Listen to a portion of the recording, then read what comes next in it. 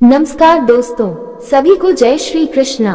दोस्तों, जैसा आप सोचते हो वैसे ही बन जाओगे। ऊंचाई को छूने के लिए पंखों की जरूरत केवल परिंदों को ही पड़ती है। इंसान तो जितनी विनम्रता से झुकता है उतनी ही ऊंचाई पर पहुंचता है। व्यवहार वह सीढ़ी है जिससे आप मन में भी उतर सकते हैं। और मन से भी कुछ कमियां मुझ में थी, कुछ कमियां लोगों में थी। फर्क सिर्फ इतना सा था, वो गिनते रहे और हम नजरअंदाज करते रहे। प्रेम व स्नेह से पशु भी वश हो जाते हैं। मधुर वाणी व्यवहार से पराये भी अपने हो जाते हैं।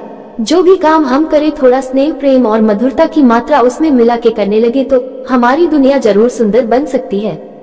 बस अपना अंतःकरण शुद्ध कर लें। सब में एक परमात्मा का अंश देखें। दुख सुख, सर्दी गर्मी, मान अपमान को एक समान समझे, यही कर्म योगी के लक्षण बताए हैं। भगवान श्री कृष्ण जी ने गीता में ज्यादा मुश्किल भी नहीं, बस मन का सुधार करने को कहा है। मन का सुधार करने पर हम उस परमानंद परमात्मा को प्राप्त करके इस दुख भरे संसार से मुक्त हो सकते हैं। मित्रों, मनुष्य जन्म का सबसे गहरा राज खुद की पहचान, हम कौन हूँ और जीवन का असली उद्देश्य क्या है, इसके बारे में सुनेंगे। दोस्तों, आज हम भाग 11 हम कौन हैं पर आधारित आत्मा के अनुभव की निरंतरता और इसकी यात्रा सरल शब्दों में विस्तार से सुनेंगे। इसमें आज हम आत्मा के अनुभव में कोई अंतिम सीमा है या ये यात्रा निरंतर चलती रहती है, इस पर बात करेंगे। आत्मा का अनुभव, क्या कोई सीमा है? दोस्तों, आध्यात्मिक यात्रा की सबसे गहरी सच्चाई यह है कि आत्मा का अनुभव कभी भी अखंड और असीमित होता है। आत्मा के वास्तविक स्वरूप को जानने और अनुभव करने की कोई निश्चित सीमा नहीं है, क्योंकि आत्मा अपने आप में अनंत और शाश्वत है। आत्मा की शुद्धता और दिव्यता का अनुभव करने का मार्ग कभी भी समाप्त नहीं होता। जब हम आत्मा के सबसे गहरे स्वरूप को महसूस करते हैं तो हमें ये समझ में आता है कि जीवन के प्रत्येक क्षण में आध्यात्मिक यात्रा नए अनुभवों और समझ के साथ आगे बढ़ती रहती है। आत्मा की गहराई में हर बार कुछ नया होता है और हर अनुभव हमें नवीन ज्ञान और आध्यात्मिक समझ की ओर बढ़ाता है। आध्यात्मिक दृष्टिकोण से आत्मा का अनुभव दृश्य और अदृश्य दोनों आयामों में होता है।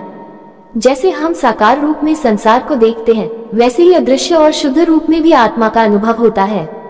यह अनुभव धीरे धीरे गहरा होता जाता है और निरंतरता के साथ हम अपने वास्तविक स्वरूप को महसूस करने में सक्षम होते हैं। आध्यात्मिक यात्रा का कोई अंत नहीं है, यह एक निरंतर प्रक्रिया है। हम जीवन के हर चरण में आत्मा के नए पहलुओं को पहचानते हैं और प्रत्येक अनुभव हमें और गहरे आध्यात्मिक अनुभव की ओर ले जाता है। आत्मा की यात्रा शरीर की यात्रा से अलग है, क्योंकि आत्मा का जन्म और मृत्यु से कोई संबंध नहीं है, यह शाश्वत और स्थिर रहती है। आध्यात्मिक यात्रा में हम पहले आत्मा के अस्तित्व का अनुभव करते हैं, फिर आध्यात्मिक सत्य और साक्षात्कार की ओर बढ़ते हैं। जब हम आत्मा के गहरे रहस्यों को समझने की कोशिश करते हैं तो हमें यह अनुभव होता है कि आत्मा की गहराई और व्यापकता कभी भी समाप्त नहीं होती। प्रत्येक आध्यात्मिक अनुभव हमें एक नई दिशा में प्रकाशित करता है, जिससे यात्रा निरंतर विकसित होती रहती है। ध्यान और साधना के माध्यम से हम इस यात्रा को निरंतर बढ़ाते रहते हैं। जब हम आत्मा के वास्तविक स्वरूप को समझने में गहरे उतरते हैं तो हम साधना की प्रक्रिया को कभी समाप्त नहीं मानते। जीवन में हर पल ध्यान की स्थिति में रहना अपने आत्मा के स्वरूप को पहचानने की निरंतर प्रक्रिया बन जाती है। जब हम आत्मा के अनुभव में निरंतरता को महसूस करते हैं तो यह हमें जीवन के उद्देश्य को स्पष्ट और सुस्पष्ट रूप से समझने में मदद करता है। जीवन का उद्देश्य केवल भौतिक सुख की प्राप्ति नहीं है, बल्कि आत्मा की सच्ची पहचान और ईश्वर से एकता है। आत्मा का मार्गदर्शन जीवन के प्रत्येक कदम में होता है। जब हम इसे पहचानते हैं तो हमें समझ में आता है कि हमारा जीवन एक आध्यात्मिक यात्रा है जो हमें हर पल आध्यात्मिक उन्नति की दिशा में बढ़ाती है। हम जीवन के प्रत्येक कार्य को आध्यात्मिक साधना के रूप में देखते हैं, चाहे वह सामाजिक कार्य हो, पारिवारिक जिम्मेदारियां हो या व्यक्तिगत विकास। हर कार्य में आत्मा की उपस्थिति और मार्गदर्शन महसूस करते हैं। जब हम आत्मा के अनुभव में पूरी तरह से डूब जाते हैं तो जीवन का उद्देश्य केवल स्वार्थ और भौतिक सुख की प्राप्ति से अलग हो जाता है। अब हम इसे आध्यात्मिक उद्देश्य के रूप में देखते हैं, जिसमें हम स्वयं को संपूर्णता और सद्गति की ओर बढ़ते हुए महसूस करते हैं। आध्यात्मिक यात्रा की सबसे गहरी सच्चाई यह है कि जब हम आत्मा के अनुभव को पूरी तरह से जीवन के हर पहलू में शामिल करते हैं तो जीवन में एक गहरी संबंध और एकता का अनुभव होता है। हमें अपने आसपास के प्रत्येक व्यक्ति, हर प्राणी और यहाँ तक कि हर वस्तु में आत्मा की उपस्थिति का अनुभव होता है। जब हम आत्मा के अनुभव में साक्षी बनते हैं तो हमें समाज में सभी प्राणियों में एकता का एहसास होता है। ये हमें हर व्यक्ति में परमात्मा का रूप देखने की क्षमता प्रदान करता है। इससे हमारे जीवन में प्रेम, दया और करुणा का विस्तार होता है। हम प्रत्येक व्यक्ति के साथ आध्यात्मिक दृष्टिकोण से जुड़ते हैं और समाज में सकारात्मक योगदान देने के लिए प्रेरित होते हैं।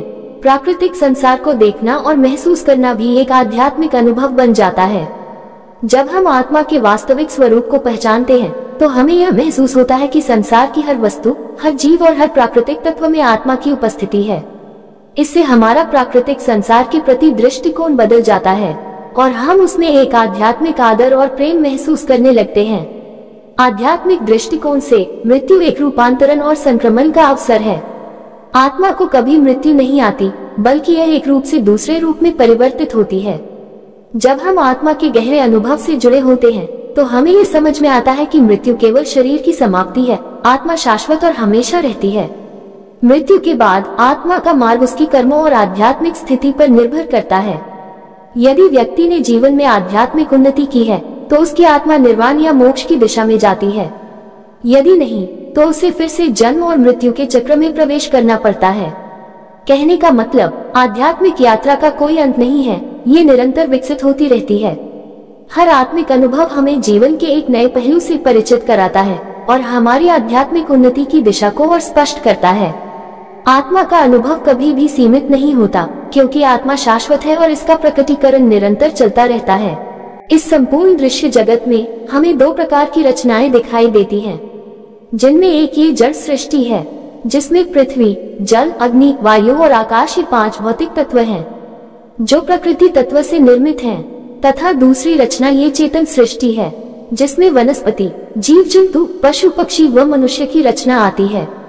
इन सब के शरीर तो इसी जड़ प्रकृति से निर्मित हैं, किंतु इनके भीतर कोई चेतन शक्ति कार्य कर रही है, जिसे आत्मा कहा जाता है।